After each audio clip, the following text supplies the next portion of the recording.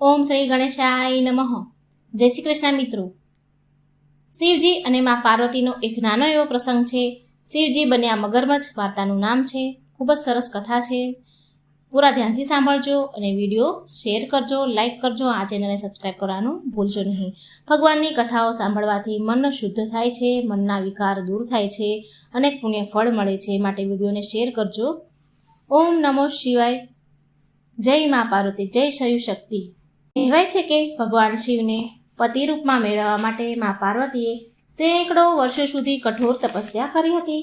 શિવજીએ તપસ્યાથી પ્રસન્ન થઈને આગળ મહિનાની કૃષ્ણ પક્ષની ચતુર્દશીના દિવસે મા પાર્વતી સાથે વિવાહ કર્યા હતા. પૌરાણિક કથા અનુસાર તપસ્યા પછી એક એવો સમય આવ્યો કે જ્યારે પાર્વતીજીને ભગવાન શિવ સાથે વિવાહ પહેલા પરીક્ષા આપવી પડી હતી. પરીક્ષાનો સામનો કરવો પડ્યો હતો. જ્યારે માતા પાર્વતી ભગવાન શિવને એના પતિ રૂપમાં પામવા માટે સેંકડો વર્ષો સુધી કઠોર તપસ્યા તપ કરતા હતા, તો એમની તપસ્યાને જોઈને દેવતાઓએ શિવજી પાસે આવ્યા અને દેવતાઓ શિવજી પાસે આવીને કહે છે કે દેવી પાર્વતીની મનોકામના પૂરી કરો. અને મનોકામના પૂરી કરવા માટે દેવતાઓ પ્રાર્થના કરે છે. ત્યાર પછી ભોળાનાથે સપ્તઋષિઓને પાર્વતીજીની પરીક્ષા માટે મોકલ્યા. આ પરીક્ષામાં સપ્તઋષિઓએ શિવજીના ઢગલો અવગુણો કહ્યા, એમની નિંદા કરી, અવગુણો બતાવ્યા. માતા પાર્વતીને શિવજી સાથે વિવાહ ન કરવા માટે ઘણું કહ્યું, પણ મા પાર્વતીજી તો તેમના નિર્ણયથી તસથી મસ ન થયા. એટલે સ્વયં ભોળાનાથે પાર્વતીજીની પરીક્ષા લેવાનો નિર્ણય કર્યો. માતા પાર્વતી એક તળાવ કિનારે તપ કરી રહ્યા હતા. ત્યારે ત્યાં એક બાળકના ચીસો પાડવાની બૂમો પાડવાનો અવાજ આવ્યો. તો મા પાર્વતી તપમાંથી જાગ્યા અને બોલ્યા, અરે, આ તો કોઈ નાના બાળક સંકટમાં હોય એનો અવાજ આવે છે. આ કોઈ બાળકનો અવાજ છે. લાગે છે કે કોઈ નાનું બાળક સંકટમાં છે.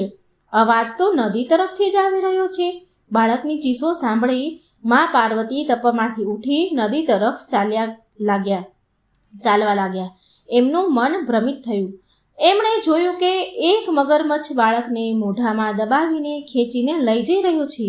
એ બાળકે મા પાર્વતીજીને જોયા અને કહ્યું કે મારે નથી મા કે નથી પિતા, ન મારે કોઈ મિત્ર છે.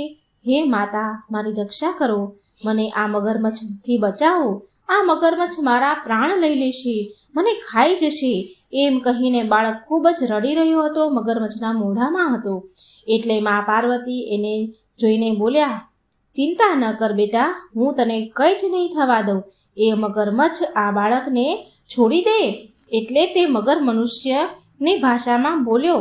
મા પાર્વતીને કહે છે કે મને દિવસના છઠ્ઠા પહોરમાં જે મળે તેનો આહાર બનાવવાના મેં પ્રણ લીધો છે. તો મા પાર્વતી બોલ્યા કે એ મગરમચ્છ, તું આ બાળકને છોડીને એના બદલામાં તારે જે જોઈએ એ તું માંગી શકે છે. તો મગરમચ્છ બોલ્યો, તો ઠીક છે, હું આ બાળકના પ્રાણ નહીં લઉં, હું આને છોડી દઈશ. જો તું મને તારા તપથી પ્રાપ્ત વરદાનનું પુણ્ય ફળ મને આપી દે તો હું આ જ ક્ષણે આ બાળકને છોડી દઈશ. મા પાર્વતી બોલ્યા કે તો ઠીક છે, મને સ્વીકાર છે તારી આ શરત. હું આ બાળકને નહીં મરવા દઉં, તું આ બાળકને છોડી દે.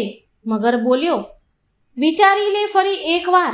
જો તારી તપસ્યાનું ફળ મને મળી ગયું તો તારા હાથમાં કંઈ નહીં આવે. આટલા વર્ષોથી જે તપસ્યા જે કરી છે એ વ્યર્થ જશે. પછી તું જે કાર્ય માટે તપસ્યા કરે છે એ પૂરું નહીં થાય. વિચારી લે એકવાર.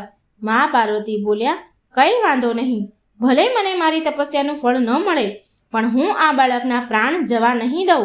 હું આ બાળકના પ્રાણ જતા જોઈ નહીં શકું. તું આ બાળકના પ્રાણ છોડી દે, બદલામાં હું મારી તપસ્યાનું ફળ આપવા માટે તને તૈયાર છું. મા પાર્વતીએ પોતાનું તપ દાન કર્યું. પાર્વતી બાળકને બચાવી લીધો. ત્યારે મગરમચ્છની જગ્યાએ એટલામાં ભગવાન શિવ પ્રગટ થયા. મા પાર્વતી શિવજીને જોવે છે તો મા પાર્વતી તો દંગ રહી ગયા. મા પાર્વતીજીને શિવજીને જોઈને ચોંકી ગયા. શંકર ભગવાન બોલ્યા, દેવી પાર્વતી, હું તમારી પરીક્ષા લઈ રહ્યો હતો. તમે મારી પરીક્ષામાં સફળ થયા છો. વાસ્તવમાં મગરમચ્છ અને બાળક બંને હું જ હતો. એ મારો જ પ્રભાવ હતો. હું મગરમચ્છના રૂપમાં તમારી પરીક્ષા લઈ રહ્યો હતો કે તમારું ચિત્ત પ્રાણીમાં માત્રમાં સુખ દુઃખનો અનુભવ કરે છે કે નહીં.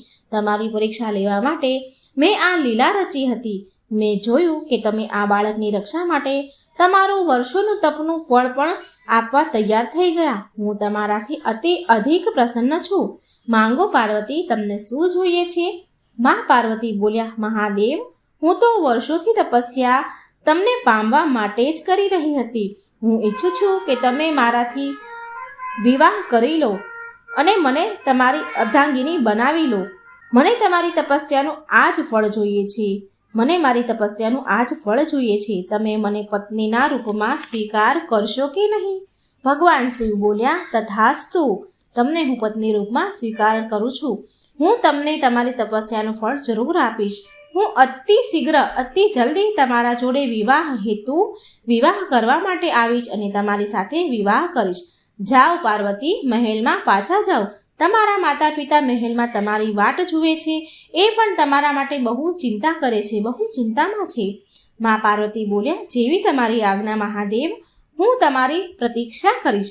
ત્યાર પછી માતા પાર્વતી મહેલ આવ્યા અને થોડા સમય પછી મહાદેવ સાથે બધી જ રસમ રિવાજ વિધિ વિધાનથી મા પાર્વતીના મહાદેવ સાથે લગ્ન થયા.